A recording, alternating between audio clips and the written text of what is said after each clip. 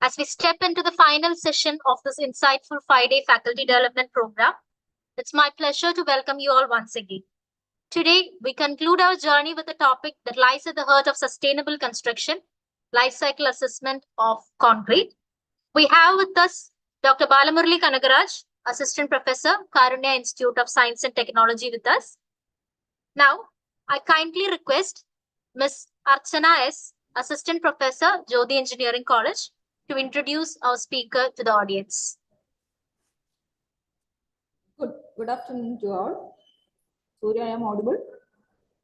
Hello? Yes, Ms. Good afternoon to all. It is with great pleasure that I introduce our distinguished speaker for today's session of the Faculty Development Program, Dr. Balamurali Kanagaraj. Dr. Balamurali holds a BTech in Civil Engineering from Karunya University, an ME in Structural Engineering from Anna University, and a PhD in Civil Engineering from Karunya University.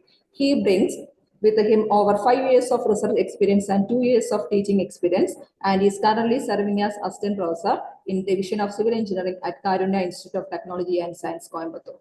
His areas of expertise include structural, fire engineering, and life cycle assessment of concrete, both of which are highly relevant to modern sustainable construction practice. Dr. Balamurali is an associate member of the Institution of Engineers India and a member of the Indian Society for Construction Materials and Structures. He has an impressive publication record with over 70 peer-reviewed papers, including 50 plus in UN journals, and has also authored, granted, and published patents in the field. His editorial contribution include roles with the Sprinkler Nature, Discover Sustainability, and Discover Concrete and Cement journals. Additionally, he has reviewed over 100 research papers for reputed publications like Elsevier, Sprinkler, etc. Among his notable achievements, Dr. Balamurali was instrumental in constructing India's first sustainable industrial building using geopolymer concrete for FANUC India Private Limited, and developed sustainable precast and tree blocks for tribal communities in Coimbatore, both as part of his commitment in sustainable development. He is a recipient of the Engg Researchers Award from Karunya University and has secured research funding for around 60 lakh under the Ministry of Innovations and Technology of Hungary, a testament of his dedication of impact research. With such a rich background, we are truly honored to have Dr. Balamurali Kanagaraj with us today. His insight will surely add immense value to our FDP. Please join me in extending a warm welcome to Dr. Balamurali Kanagaraj. Sir, the virtual stage is yours. Thank you, sir. Thank you, ma'am. Thank you for the brief introduction. Am I audible, ma'am? Yes, sir. Yes, sir. Yes, sir.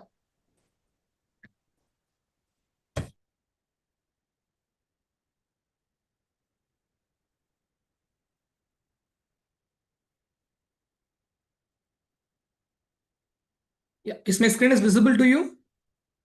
Yes, sir. Okay, fine. Okay, thank you again for the brief introduction. Today, I would like to share some important aspects of concrete in terms of sustainability. That is life cycle assessment in concrete. So before we move to the session, I would like to discuss some interesting facts about cement and concrete. It is estimated that in the year 2023, 4 billion tons of cement was produced. And another important thing is 30 billion tons of concrete was produced out of 4 billion tons of cement. And in the year 2030, the global cement production may reach up to 5 billion tons. This quantity is more than enough to cover the entire Kerala state with 1-inch thick cement. So that much amount of cement is being produced and it is being utilized throughout the world. And coming to the next, why concrete is most commonly used building materials and why not others? Actually, based on my perspective as well as from the recent studies led by Professor Gettu and Professor Manu Sandan from IIT Madras, there are 5 aspects which covers versatile, durable, constructible, available as well as economical.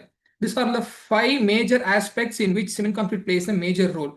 Versatile in the sense, the adaptability. Concrete is also called as liquid stone, which acts as a liquid or plastic mixture when it is wet.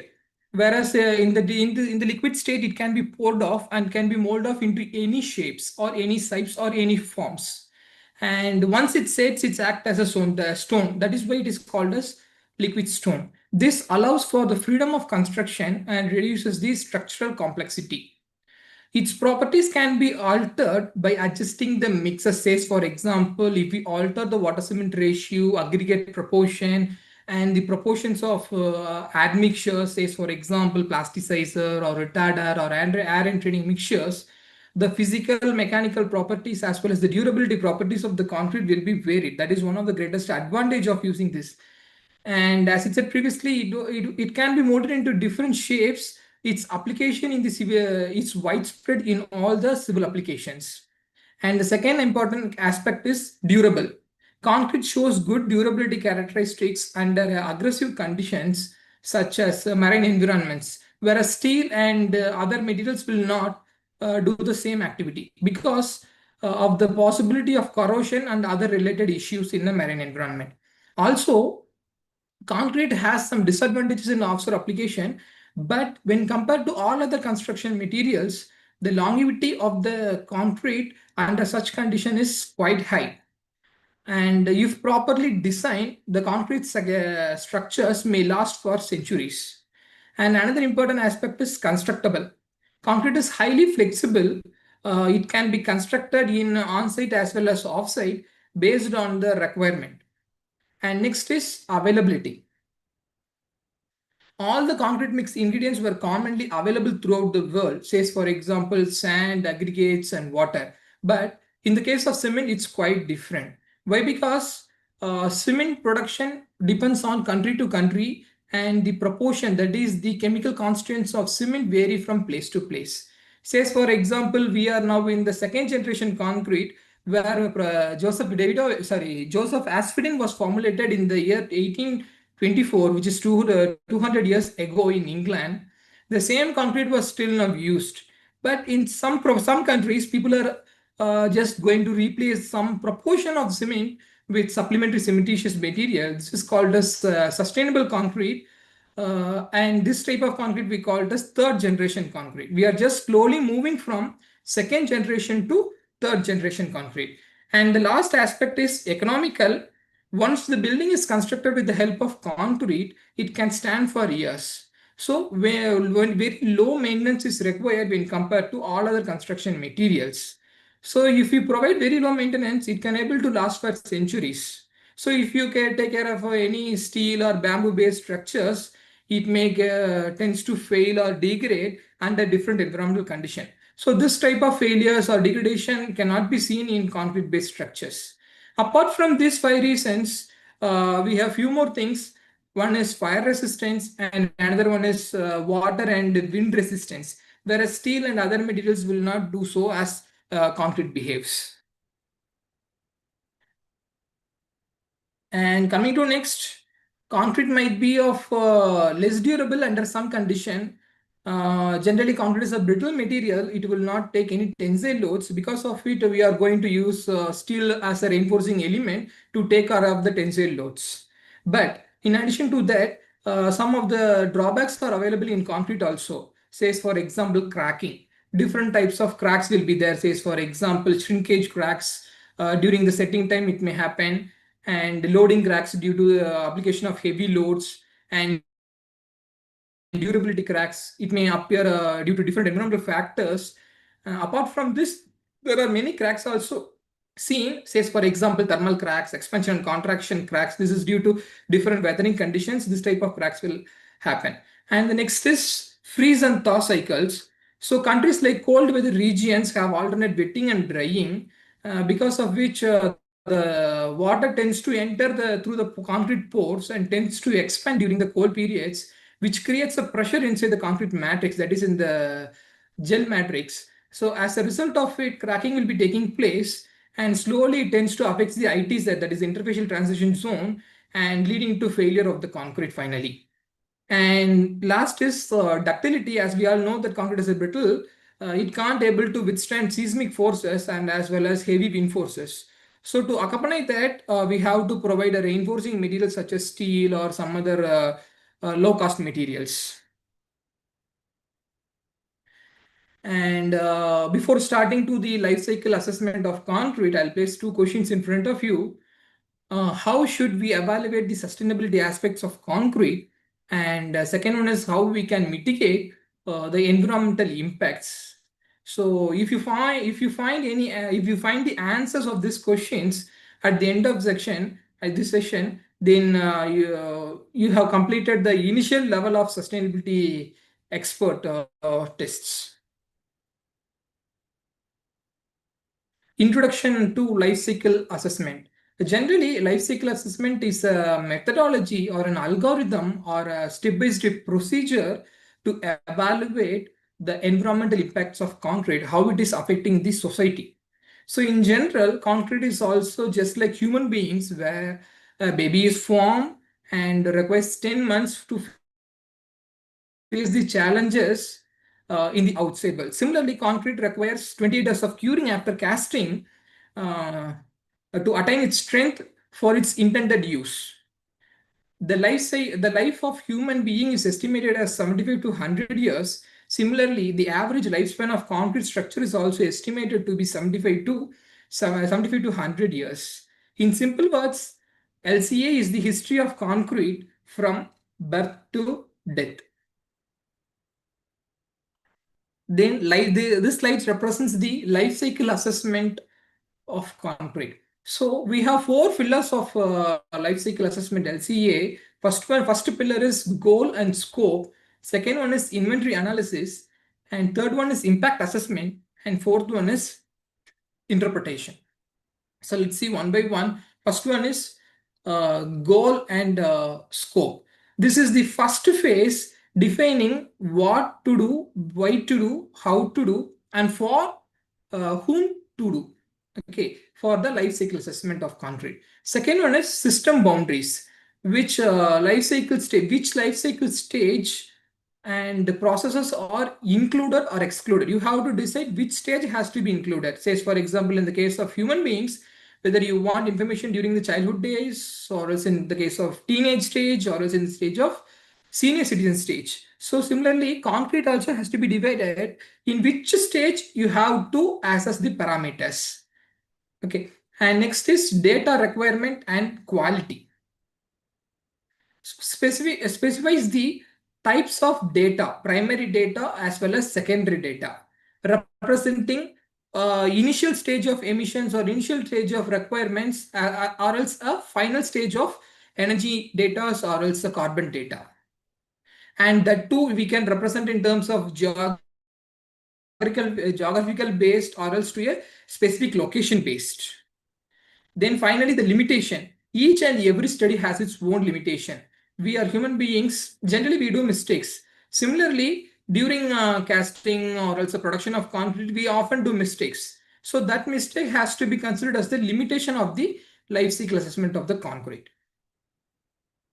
First one, goal. Goal answers three questions: purpose, audience, as well as the applications.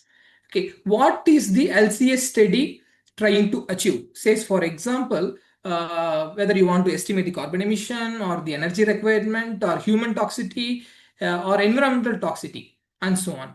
And second question is, who will use the results? Whether these results will be utilized by the manufacturers, I mean the concrete manufacturers, or RMC plants, engineers, then policymakers such as Bureau of Indian Standards or American Concrete Institutes, and finally the research community.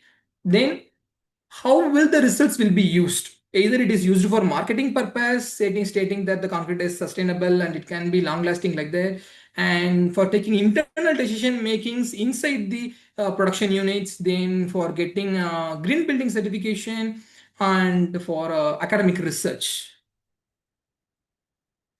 And next is scope. Scope comprises of two things. One is functional units, and the other thing is the boundaries, system boundaries. Functional unit is a quantifiable measure where the input as well as the output will be normalized to a common unit. Says, for example, if I want to estimate the carbon emission as well as the energy requirement for 1 meter cube of concrete, I need a specific information regarding the strength as well as the type of concrete, whether it is a M20 grade concrete or M30 grade concrete or M40 or M50. Why? Because each grade of concrete has its own cement content, own fine aggregate content, own coarse aggregate content, as well as admixtures and water content. So it varies from grade to grade. So we need a common input. So with the help of that input, we can able to obtain the final output. Next is system boundaries. So which defines the life cycle stages and the processes which has to be included or else to be excluded. Generally, in terms of concrete, we have three system boundaries. First is cradle to gate, second is cradle to grave, third one is cradle to cradle.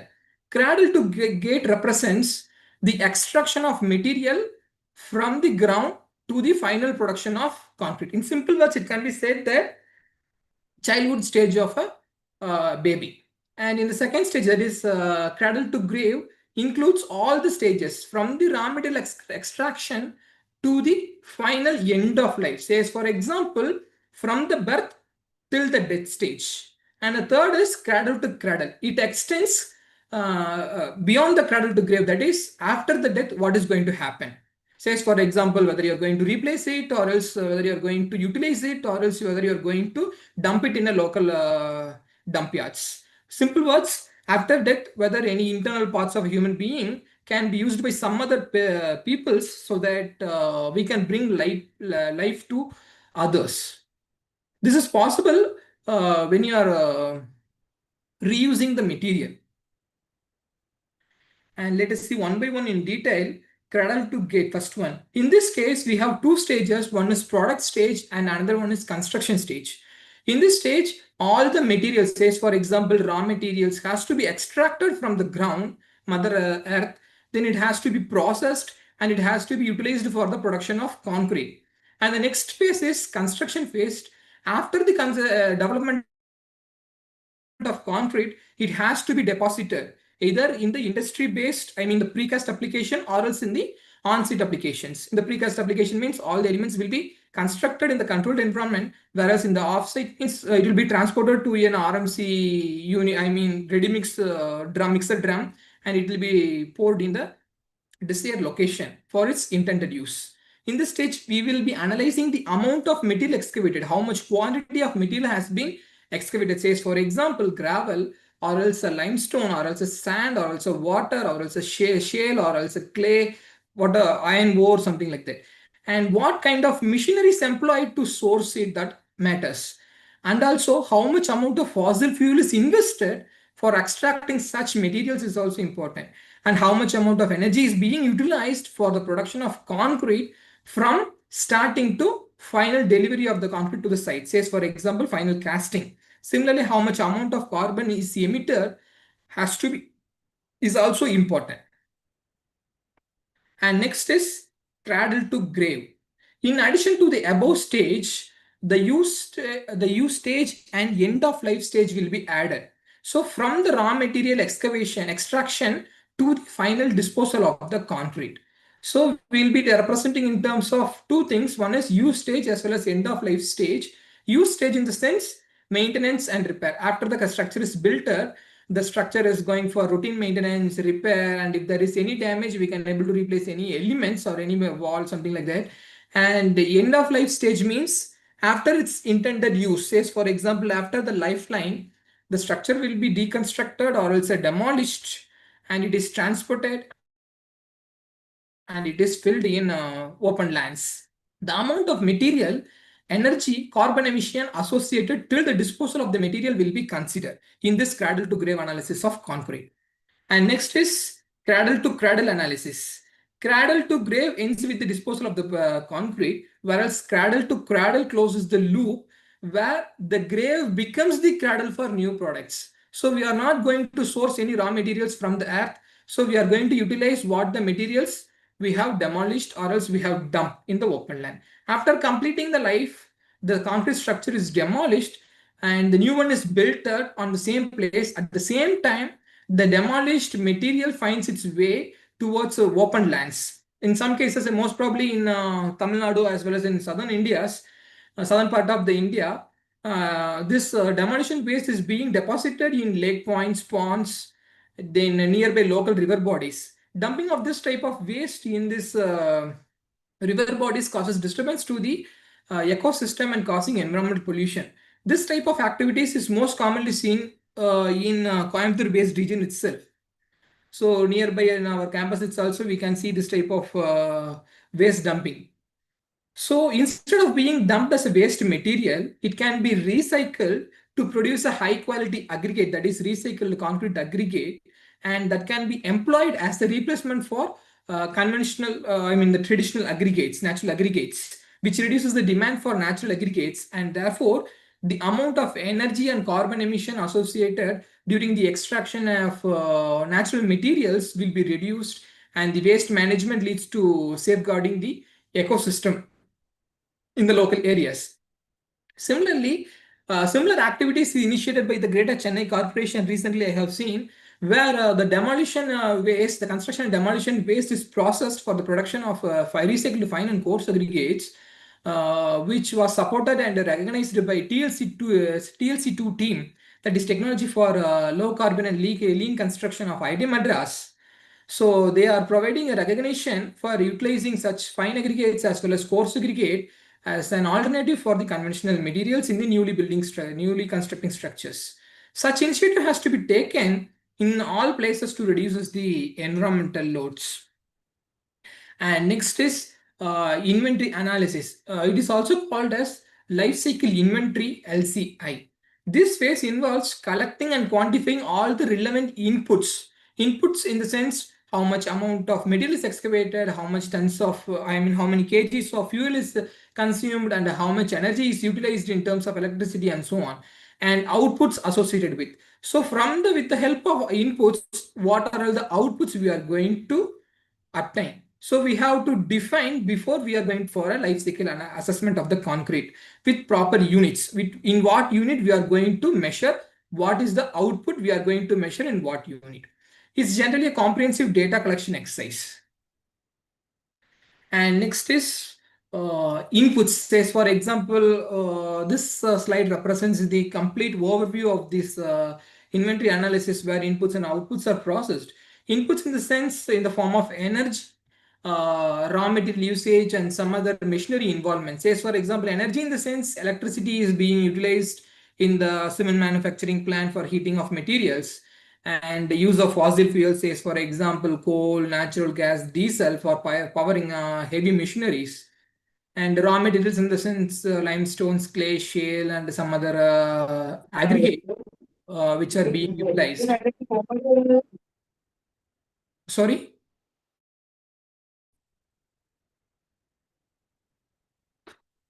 Okay, fine. Then output in the sense you can fix what kind of output you require, namely emissions or energy demand or water quantity or toxicity level and so on. Based on your requirement, you can perform the life cycle and assessment, and you can take out the required output. Emission in the sense emission to air as well as emission to water. Emission in the air means CO2 emission from the calcination of limestone in cement production and fuel consumptions, or then nitrous oxides, that is NOx and SOx emissions, then particulate matters, then VOCs, volatile organic compounds, and so on. Emissions to water means effluents which are coming out from the aggregate washing, then treatment plant washing, and so on. In addition to the emission, another important factor has to be taken into account, in which most of the people are not bothering about it, which is solid waste. During mining as well as during cement production, lot of waste are being created. Say, for example, during the mining time, mining waste will be generated, and during cement production time, kiln dust will be generated. This kiln dust, it has a particle size less than 90 micron.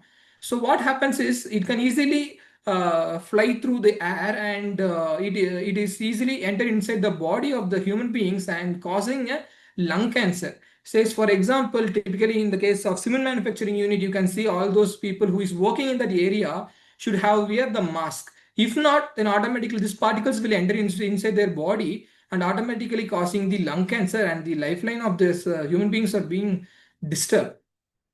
And next is data collection methods. This involves collecting both primary data as well as the secondary data. Primary data in the sense you'll be collecting data from the cement manufacturing plants, quarries, and concrete plants, representing how many quantities of cement being is generated per day, and for that how much quantities of electricity is being utilized, and how much amount of coal is being utilized, and how much amount of natural gas is being utilized. This all comes under the primary data. Secondary data in the sense data like you have to take the data from the literatures, standard literatures from Elsevier or Springer or T&F or Wiley.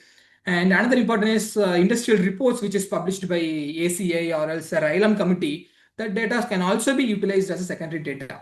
This specific data may be from a regional based or else from the global based.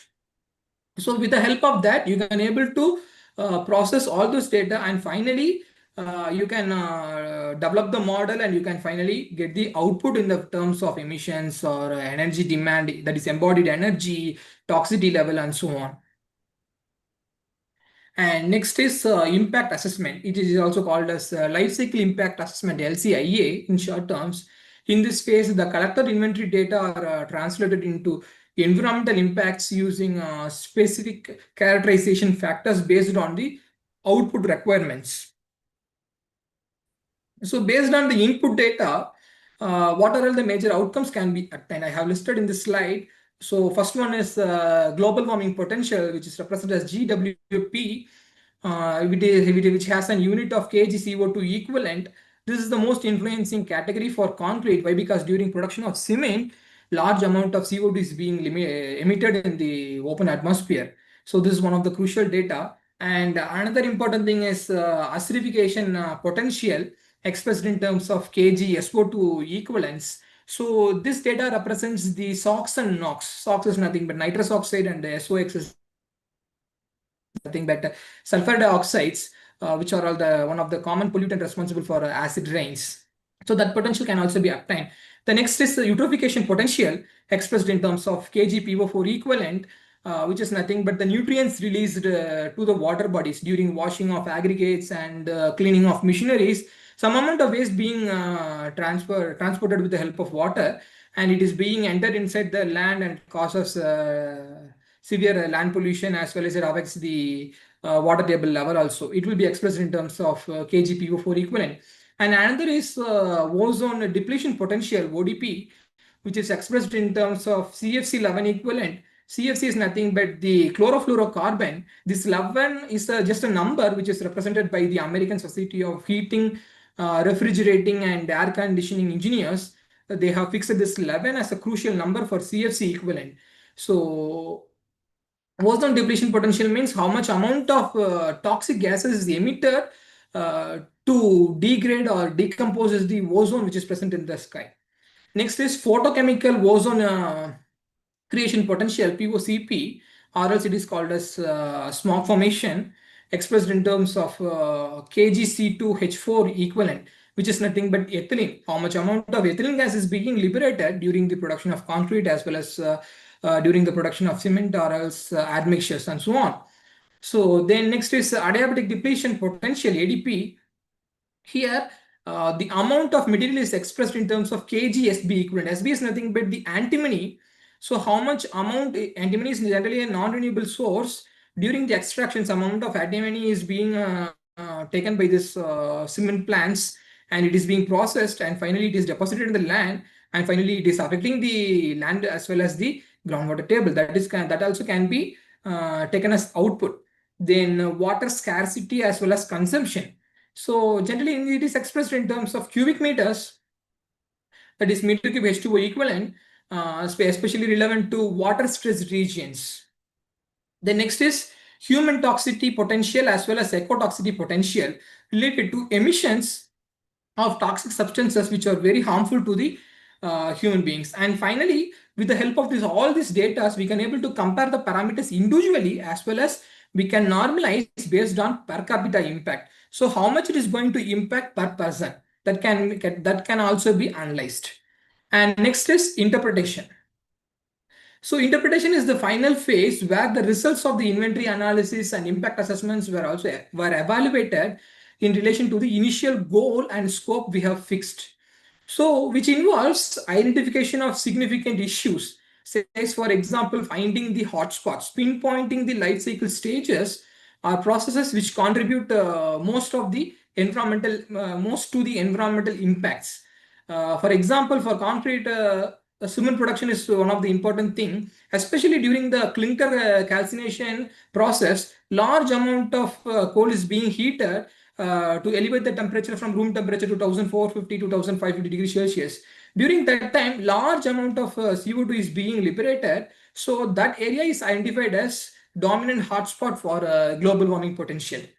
And next is completeness, sensitivity, and consistency checks, which ensures that the data and methodology are robust, which means the data what you are going to use for the life cycle assessment of concrete is very much important. Why? Because we should not use false data to falsify one particular location or falsify one particular cement manufacturing unit. So you have to cross check whether the data is correct or not before doing this life cycle assessment, or else it leads to a lot of complications in the external world. And finally, limitation. Clearly stating any assumption says, for example, if you didn't get any data for this life cycle assessment, you have to state that it is assumed, and it can be stated in the limitation section so that it will not hurt others. And next is, based on the life cycle assessment of concrete, I have formulated a few recommendations in this slide. So first recommendation is that utilizing of supplementary cementitious materials like fly ash, slag, RHA, that is rice ash or sugarcane bagasse, which is one of the commonly available agro-based byproducts, which is plentifully available in Tamil Nadu like states and in Punjab, Haryana, and so on. So these materials has the positive potential to replace the cement to a certain point. Significantly, if we replace this type of material, automatically reduces the carbon footprint. That is, the amount of cement requirement can be reduced. So in India, we have tremendous number here. Tons of fly ash is being created, especially in South India states, for example, Neyveli and Mettur. Tons and tons of fly ash are being generated daily. So if we are utilizing that fly ash, means then automatically we can go for reducing the cement consumption. And other agro-based products such as rice ash, sugarcane bagasse can also be employed. And next is optimizing mix design. If we optimize the proportion of the cement, why I'm optimizing this terminology, stressing this terminology, optimize mix design is, many people don't know what is the dosage required for M20 grade concrete, M30 grade concrete, M40 as well as M50. Even though it is clearly given in IS 456 and IS 10262, but many people are not aware of it. And because of that, a large amount of cement is being utilized for the production of concrete. So you have to identify how much being the threshold quantity, says for example, minimum quantity required to attain a target strength. And similarly, how much water is being required for attaining a minimum strength as well as minimum workability. That is one of the important criteria.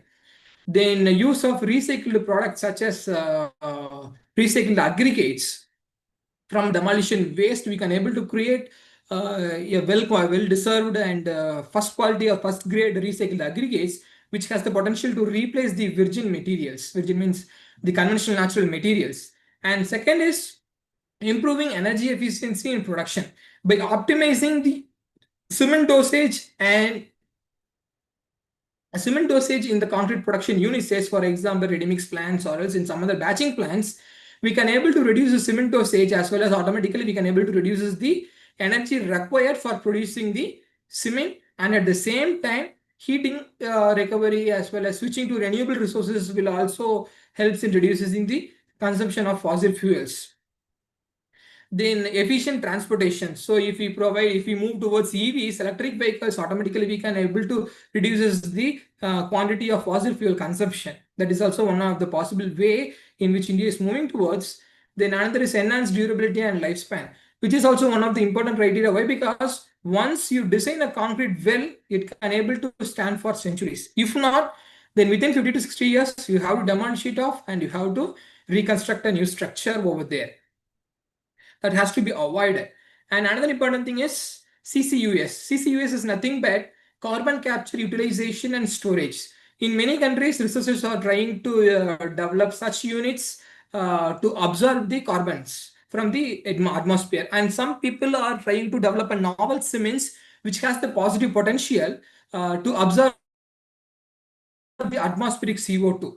This is an emerging technology. If you are really interested towards sustainability, you can work towards it. And with this, we can able to approach, if we process all those data and finally we get some data from the life cycle assessment, which is of true data, then we can really recommend this to Bureau of Indian Standards team or committee or any other government body or NGO to promote novel cements, which has the potential of lower embodied carbon. So this, then they will implement the code, then it will be coming to the practice. Then we can really help the society to move towards greener. So with this, the overall life cycle assessment comes under in 5 stages, 5 important stages. First is raw material extraction, then manufacturing and processing of materials, then transportation of materials, use and maintenance, and the end of life, demolition as well as recycling. And another important thing is these are the 5 important stages where most of the research people are estimating the environmental impact categories in life cycle assessment of concrete. First one is, as I said previously, global warming potential, GWP. Second one is energy consumption, which will be represented in terms of EE, embodied energy. Then water consumption, what are water usages, then resource depletions, and human exotoxicity. For better understanding, I'll be moving towards a problem. We know that 1 ton of cement production will lead to 0.8 tons of carbon emission, but we don't know how. So I have worked out some problem related to that. It will be quite helpful for you for getting better idea. Just a second, there is an issue. System.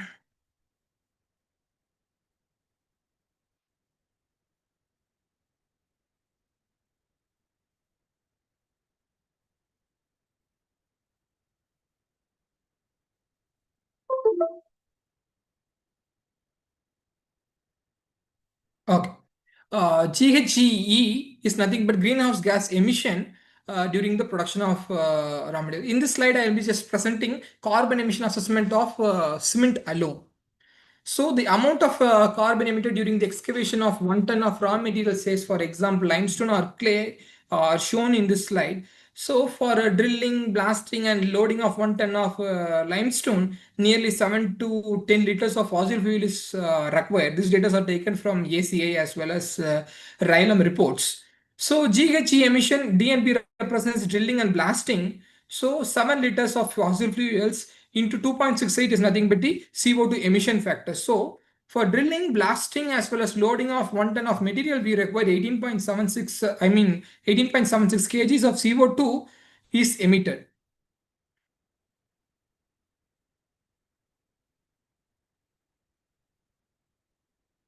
And next is loading. For loading the excavated materials to the transit truck, the amount of CO2 emission was found to be, for loading, we require minimum of 3 liters of fossil fuel. So 3 into 2.68 will approximately give 8 kg of CO2 emission per ton. Okay. Generally, cement plants will be located nearby the limestone reservoirs to avoid the transportation costs. So in this case, I have taken a transport distance of 25 kilometers. So generally, if we increases the transportation, automatically the cost of manufacturing is also going to increase, as well as the amount of carbon emission is also going to increase. So the average heavy duty truck has a fossil fuel efficiency of 2.5 kilometers per liter, and the truck has the loading capacity of nearly 25 metric tons. So in that cases, so for round trips, so to and fro, 25 plus 25, 50 kilometers. So 50 kilometers divided by 25, 2.5 will gives you 20 liters. So for loading and unloading, you require 20 liters of fossil fuel into the carbon emission factor 2.68 will gives you 53 kgs. So for transportation alone, for 25 metric tons of materials, we are going to emit 53.6 kgs of CO2. And in the case of 1 ton, 53.6 divided by 25, we can see that for 1 ton, it is 2.14 kg. And next is GHG emission, that is greenhouse gas emission during calcination as well as coal burning process in the cement manufacturing unit. In that cases, in calcination process, you can able to see that 550 kgs of CO2 is being liberated for 1 ton, and 300 kgs of CO2 is being liberated for 1 ton. This data is also taken from the reports, RILAM reports. So I have not gone deeply into this calcination and coal burning process. If I go, then it will take some 1 or 2 hour time. So I have shortcutted over here. So total GHG emission in the cement plant alone will be 878.89 kgs per ton. So finally, after production or producing the cement, it has to be transferred to the market. So says for example, 100 kilometers it is away from the city. So up and down is 200 kilometers. So for round trip. So fuel consumption to again 200 divided by 2.5, you can able to get 80 liters. So into the carbon emission factor, you'll be getting 214 kgs of CO2. So for 25 tons, it can be estimated as 8.57 kgs. So moreover, totally we can able to see that 887.5 kg CO2 is being limited. So in this table, I have given different activities as well as amount of carbon emission being seen. So first drilling and blasting, 18.76 kgs of CO2 per ton. For loading, 8 kg CO2 per ton. For up and down transportation, 2.14 kg CO2 per ton. Then for calcination, it is defined 550. And for coal burning, it is defined 300. And fuel consumption again to the market from the cement manufacturing plant, it leads to 8.57. So totally 887.47 kgs of CO2 is being liberated for 1 ton of cement. So this is the reason why many people are quoting that therefore 1 ton of cement production leads to 0.8 and approximately 1 ton of carbon dioxide emission to the open environment. So similarly, I have worked it out for the energy requirement also. So 1 liter of diesel, says for example, has the energy of 0.0401 gigajoules of energy. So again, energy embodied energy, drilling and blasting 7 liters into emission factor, which will give you 0.28 gigajoules, and embodied energy in terms of loading, you will be getting 0.12 gigajoules. Then embodied energy in terms of raw material movements, you will be having 0.802 gigajoules, considering the up and down truck movement for 50 kilometers. Then embodied energy during clinker production. So that alone will be taking place of 3.4 gigajoules per ton. So further, the developed clinker consumes 0.1 gigajoules for converting from clinker state to cement state. And then again EE for up and down cycle for the transportation, 0.128 gigajoules per ton. So total embodied energy was seen to be 4.83 gigajoules per ton from the raw material excavation, that is extraction, to the final delivery of the product to the market. So, so far we have seen about concrete and cement. Now we are moving towards water. So interesting facts about water is concrete is the second most consumable product in the world, and next water is the first consumable, highest consumable material in the world. So according to Niti Aayog report in 2018, 600 million people, that is approximately 60 crore people, are experiencing high extreme water stresses.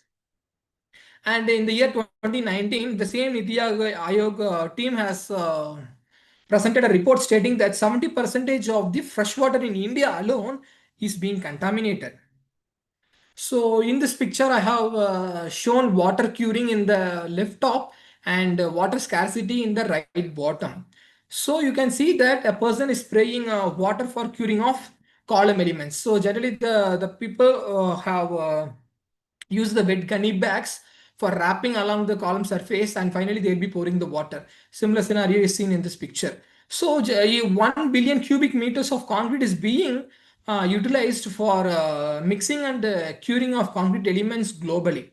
So 1 billion cubic meter is nothing but 35.31 TMC. TMC is nothing but 1000 million cubic feet of water. So you just see 1 million cubic meter is equal to 35.31 TMC of water. So for real world example, for better capture, I'll be stating that Mullai Periyar Dam has a total capacity of 15 TMC. 15 TMC. Only the Mullai Periyar Dam has the capacity of 15 TMC. It can't able to store beyond that.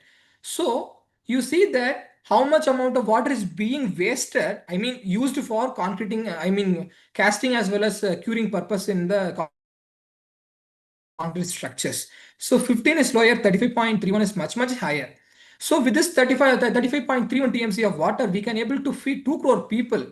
So for a particular year alone, so 130, if you supply 135 LPCD liters per capita per day, so 2 crore people will be benefited from this 35.31 liters of TMC of water. So in this slide, I have represented what are all the major consumers of water. First comes the agriculture. We all know that agriculture is the backbone of India.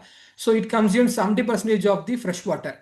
And second is construction sector. Construction sector consumes 15% of the fresh water, and other industries 5%, and domestic use 10%. You see that domestic is only 10%. We are utilizing more than the domestic usage. So this data is also taken from World Green Building Council, the World Green Building Council, that is World GBC. Then why freshwater is being utilized for construction and why not others? So I have listed few things. First is chemical purity. Why? Because freshwater will not have any types of impure materials. That is one important thing. And another thing is cement hydration.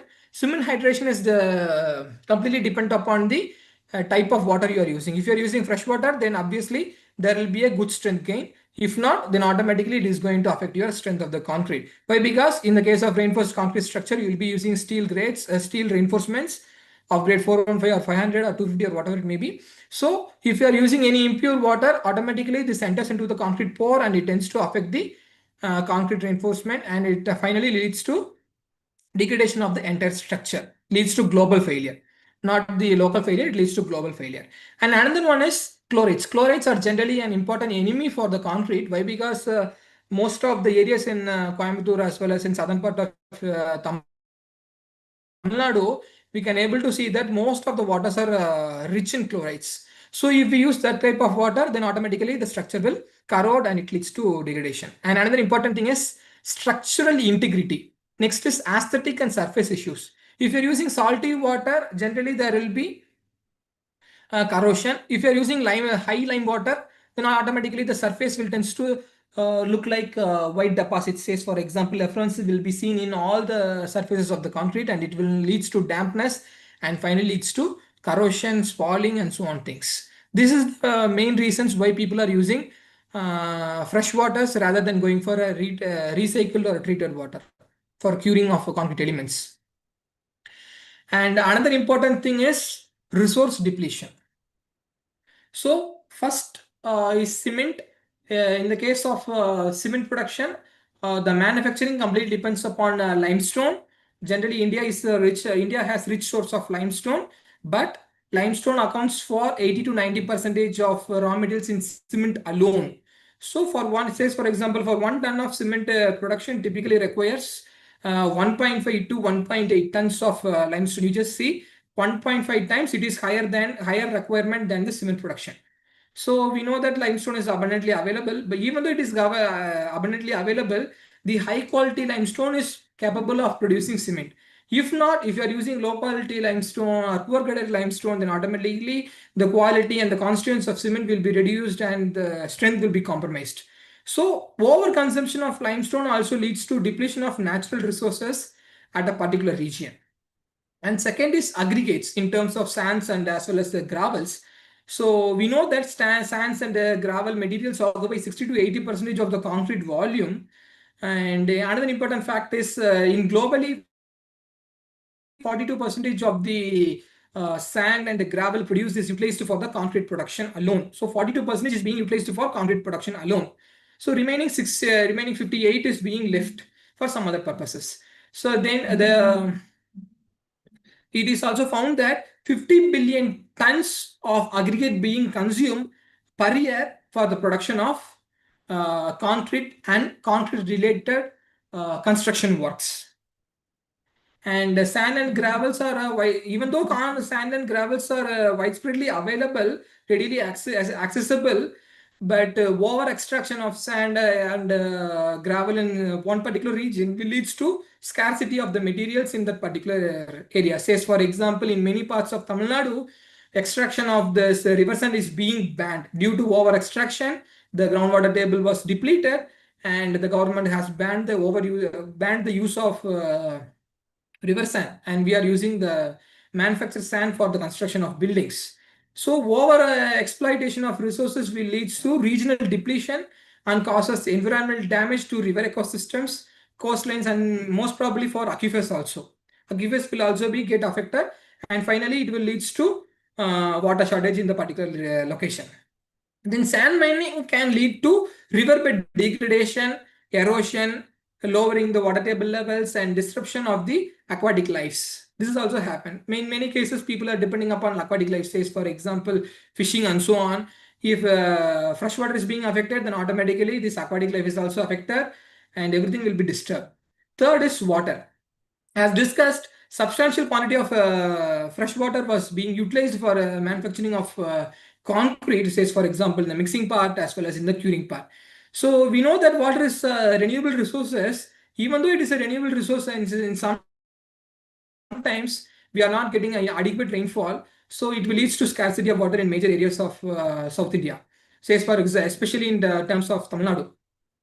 So its overuse, especially of high quality of fresh waters, leads to water scarcity as well as depletion of the local aquifers in the particular region. And next is utilization of non-renewable energy resources, says for example the fossil fuels. So while transporting the material from the extraction source to the final manufacturing plant, we are using heavy duty trucks which consumes a large amount of diesels or petrols or some other items. So during that time, we are going to utilize higher and higher proportions of this fossil fuel. Why? Because normally when compared to a car and a truck will consume more amount of fossil fuel than a car. Why? Because truck is going to take much loads when compared to a car. So to carry much heavier loads, this consumes more amount of fossil fuels. It leads to sudden depletion of the fossil fuel also. So the energies consumption during the cement production is also a major contributor to the overall environmental footprints. And another important thing is we all know that cement production does not rely on limestone alone. It is also dependent on clay, shales, as well as gypsums also. Even over extraction of these materials from the earth leads to depletion of that natural resource in the particular region. And next is results of resource depletion. So we have many reasons for resource depletion. I have listed few. First one is illegal sand mining, which is commonly seen in Tamil Nadu and other states of India. The practice often initiated by the sand mafias. They will not take care of the laws which is formulated by the government bodies as well as the NGOs. They will directly take away all the river sand as well as the fine sands in the natural river. In some cases, in Coimbatore itself, I can able to see that in agricultural land, they are taking off sands for the construction of building. The things also is being happen nowadays. So first one is riverbed degradation and erosion. Excessive extraction lowers the riverbed, disrupting the natural flow of sediments from the origin of the point to the final disposal.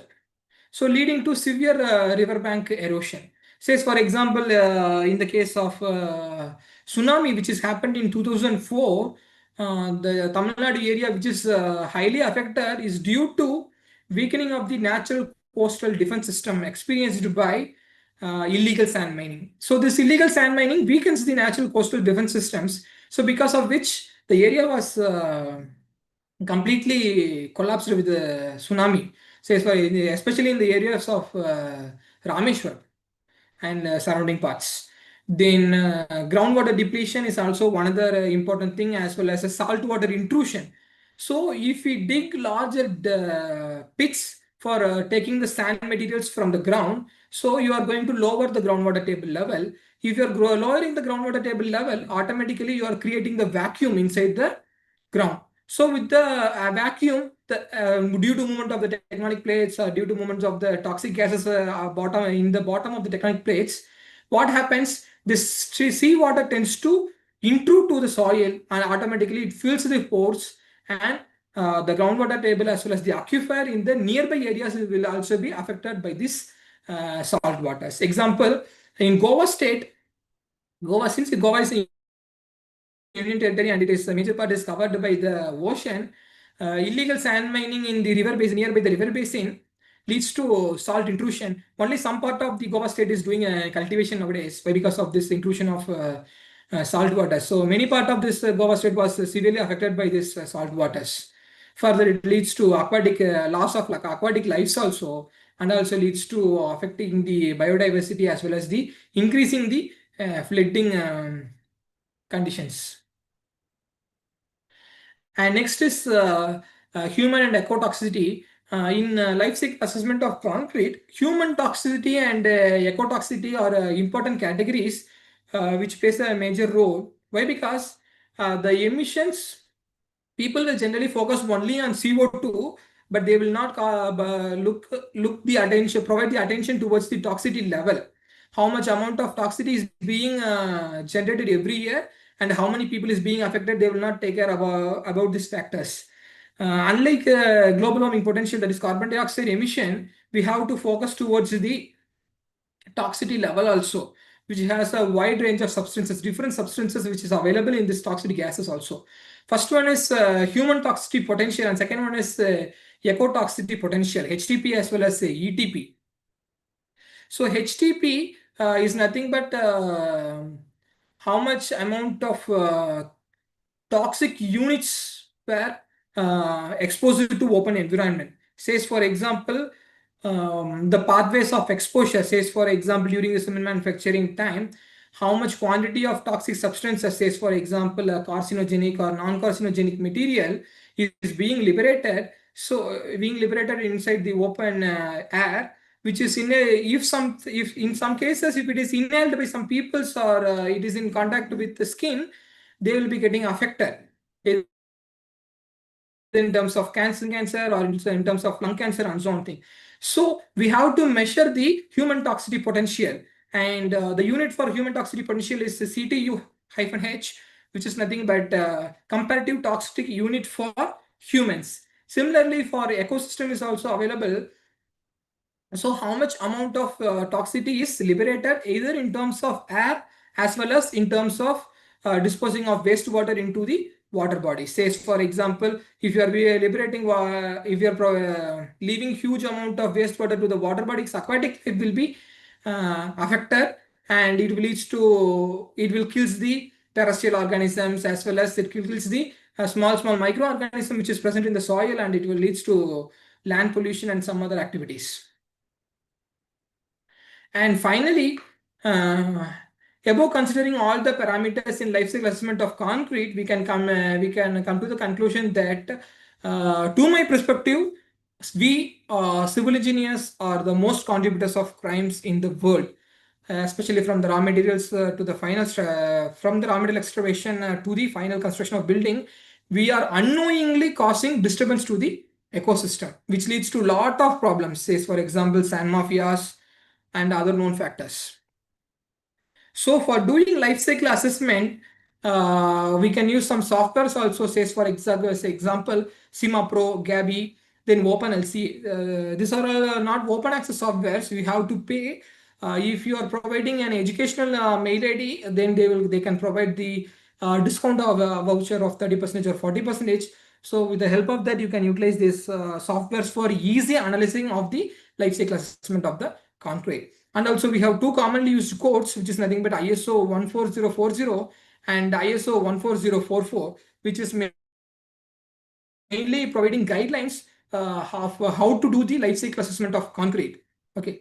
Then strategies of sustainable concrete. After analyzing all those parameters which influences the ecosystem, we have to move towards the sustainable concrete, which has very less impact. We can't able to restrict 100% impact towards the society. We can able to restrict up to a certain point.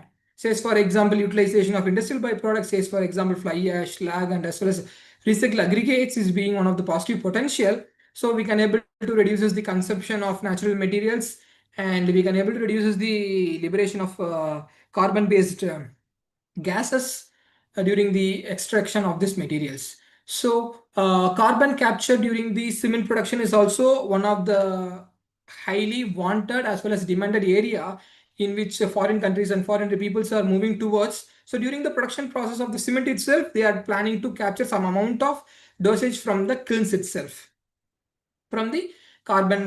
So during the coal burning process, some amount of gas will be liberated, and that gases will be trapped with the help of filters, and some amount of SOx and NOxes will be filtered off, and limited gases will be sent to the open environment. So that research is also being undertaken by some researchers in foreign, especially in UK based countries. Then design for longevity and adaptability. Longevity and adaptability is also one of the important factors. Why? Because if you design for more than 75 years, definitely you no need to reconstruct the building, so that no need to utilize the raw materials. So if you are not going to utilize the raw materials, you no need to create the demand for the material, and if no one is buying the material and no one is willing, if no one is buying, then the cement will be in the stocks, I mean the godowns, and finally the manufacturer will reduce the production unit size. Okay, that way also we can contribute to the greener environment.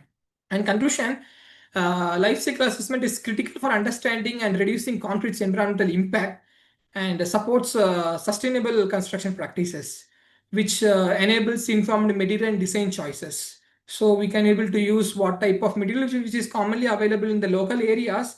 With the help of that material, we can able to construct the structures. Thank you.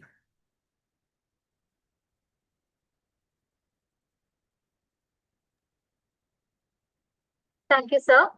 Any queries from the sides of the participants?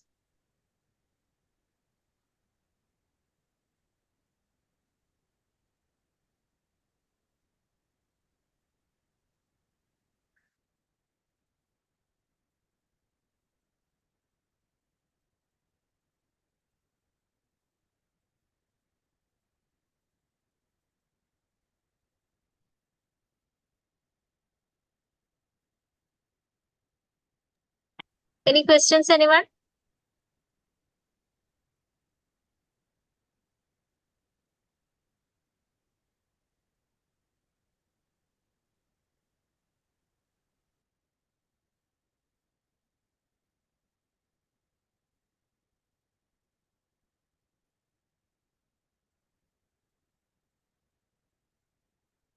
I have few questions in the message box.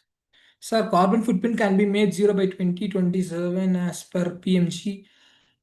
Carbon footprint can be made. It's not possible. Why? Because carbon is being liberated with many factors. We are one of the factors. So during the manufacturing of cement, we can't able to reduce the carbon footprint. So from the civil-based manufacturing unit, it is not possible. And next is what life to be assumed regarding of what? Regarding the structure life, or else what?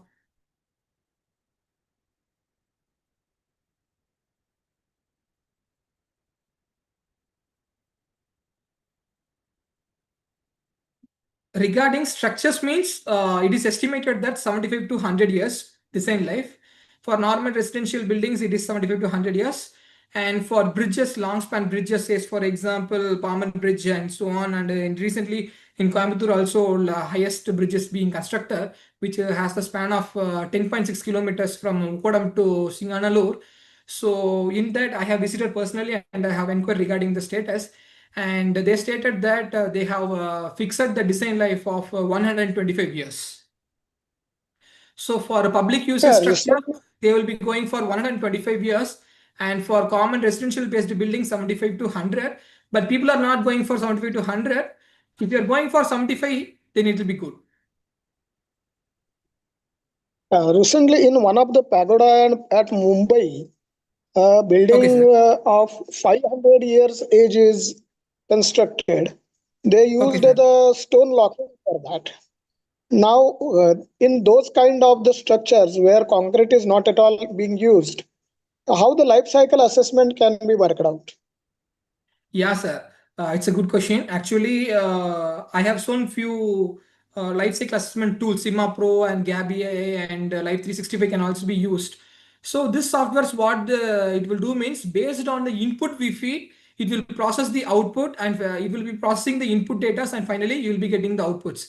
Generally, concrete structure will be last only for centuries. Say, for example, maximum of 1 century, not more than that.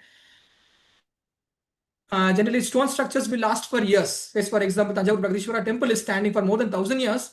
And in many parts of the world, which are constructed with the help of stone masonry, it stood for 1,000 and 1,500 years. So in that cases, why it is standing means they are used limes alone as a binding media.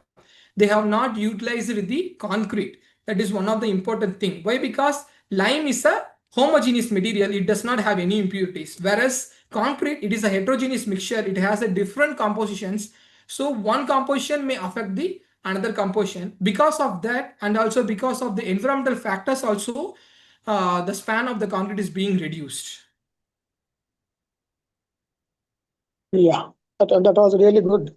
The other thing is regarding the structures for which the life cannot be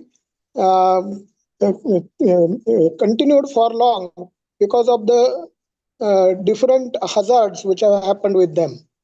So in case the because of some earthquake or similar kind of the thing, if the life changes, can the life cycle assessment also keep on changing?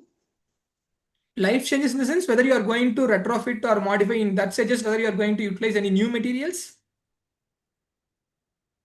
No, it is initially, most probably it will get reduced because it has got some kind of the impact, maybe earthquake, maybe some other calamity which has happened, cyclone. So because I of these understand your kind of the question. Yeah, I understand your question. Generally, life cycle assessment means two categories. One is production stage, and another one is three stages. One is production stage, and another one is use stage, and third one is end of life stage. In production stage, the quantity is fixed. So the amount of material what you are going to produce is fixed. It will not vary throughout the lifespan of the building. And second stage is use stage. In the use stage also, the concrete material what you have utilized is fixed. But in addition to in addition to which you will be using HVAC system. HVAC system means heat ventilation and air conditioning system, which will also affect the performance of the life cycle assessment of your building. Why? Because India is a tropical country. Says, for example, I'm saying India is a tropical country. We should not use glass for the constructing of buildings. Even though you can able to see that most of the IT parks are being constructed with the help of glass, but this is a stupid idea. Why? Because if you are using glass during hot seasons, what you have to do means you have to use more and more number of air conditioning units. So automatically you are liberating higher and higher amount of carbon dioxide emissions. So it will affect the environment as well as it will affect the LCA of the system also. And third phase is end of life. So after the intended use, after the end life cycle, that is either 75 years or 100 years, you are going to demolish it off. And we are not sure that whether we will be stayed till that period or not. Why? Because our age is it's uncertain. Today, if we slept, tomorrow it is uncertain. So if we stand till 75 years, we can able to see whether it is being dumped in any local areas or else it is being recycled or else it is being utilized for some other purpose or not. If it is being utilized, then it is a good, then it has a positive potential towards greener environment. If not, then automatically we are not moving towards greener, we will be moving towards a darker side of the environment.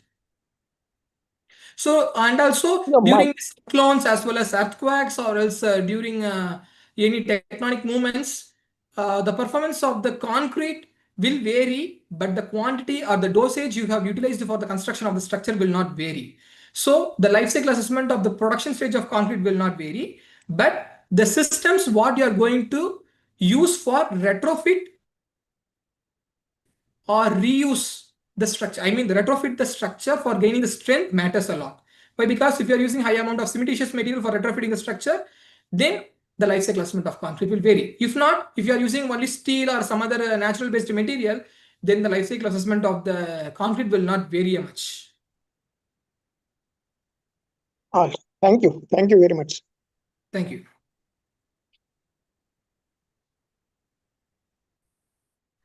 Good afternoon, sir. One more question. Which software you prefer most? OpenLCA or CIMA Pro? CIMA Pro is best. Sir, one more doubt. How we can get that database?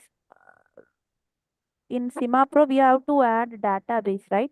Yeah, in one of my slides I have presented, one is primary data and another one is secondary data.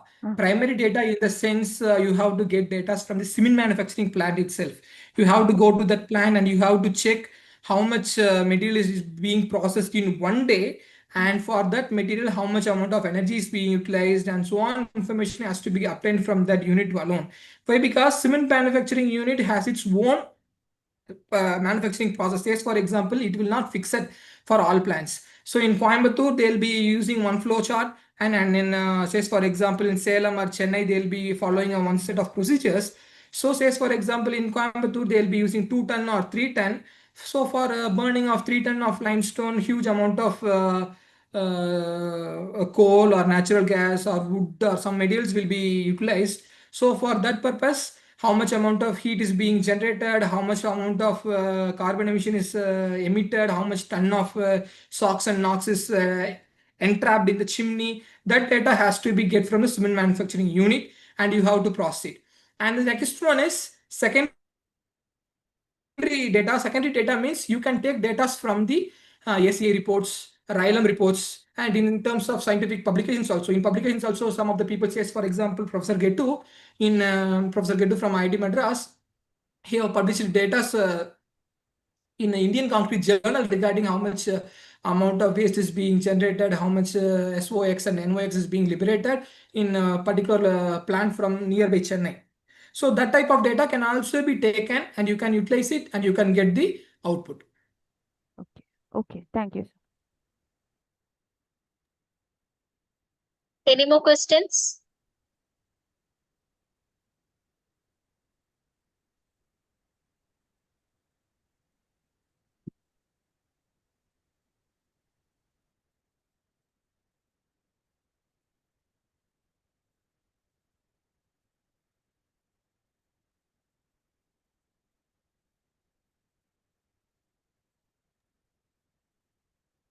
Okay.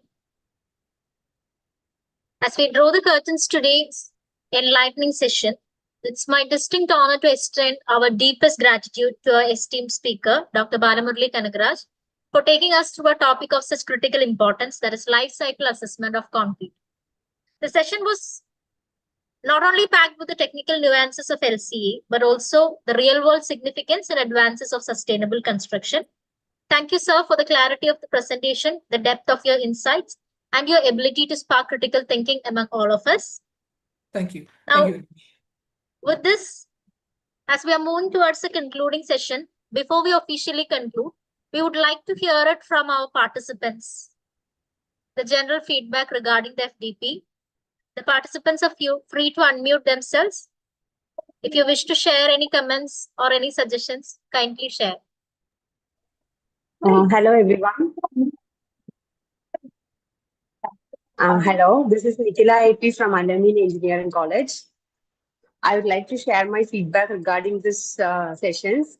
This FDP was very much well organized and it was well conducted by the staff members of Civil Engineering at Jyothi Engineering College. I would like to thank you for providing me the platform.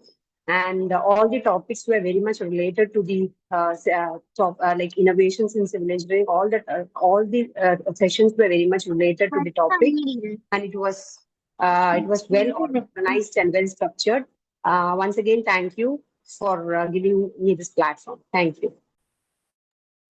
Thank you, ma'am. Anyone else from the side of the participants? Okay, we are getting more comments in the chat. So, to officially conclude our 5 days journey, now I invite my fellow coordinator, Ms. Neeraja PG, Assistant Professor, Jyothi Engineering College, to deliver the vote of thanks. Thank you, Surya. So, good afternoon, all. As we conclude our 5-day online faculty development program on innovations in civil engineering, I take this moment to express my heartfelt gratitude to everyone who contributed to its success. First and most, I extend my sincere thanks to all our eminent speakers for their insightful and engaging sessions that added immense value to the program. I would also like to thank our principal, executive manager, and head of Department of Civil Engineering for their continuous support and encouragement. My appreciation goes to the organizing committee member and program coordinator for their meticulous planning and commitment throughout the event. A special word of thanks to the technical support team for ensuring the smooth conduct of all online sessions. Lastly, I thank all the participants for their active involvement, enthusiasm, and patience over the past 5 days. Once again, thank you all for making this FTP a meaningful and successful experience. Participants, kindly switch on the video for a photo session, please.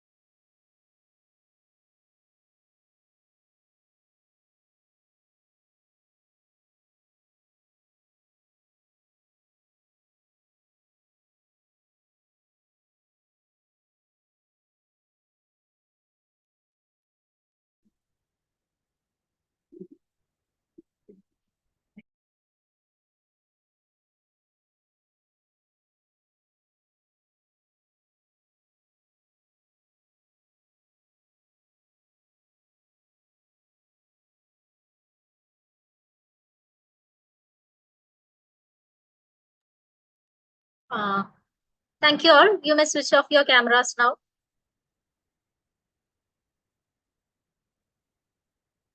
We hope to stay connected with you and continue learning from your expertise. Regarding the final assessment test, we'll be posting the link in WhatsApp group as well as sending it to your mail. The final assessment test, all the other feedback forms will be available till tomorrow. But as far as the assessment test is concerned, the form will be available only for 2 hours. So kindly fill the form of assessment test first. So thank you all. Hope to meet you in some other programs. Thank you. You may please leave the session now. Thank you.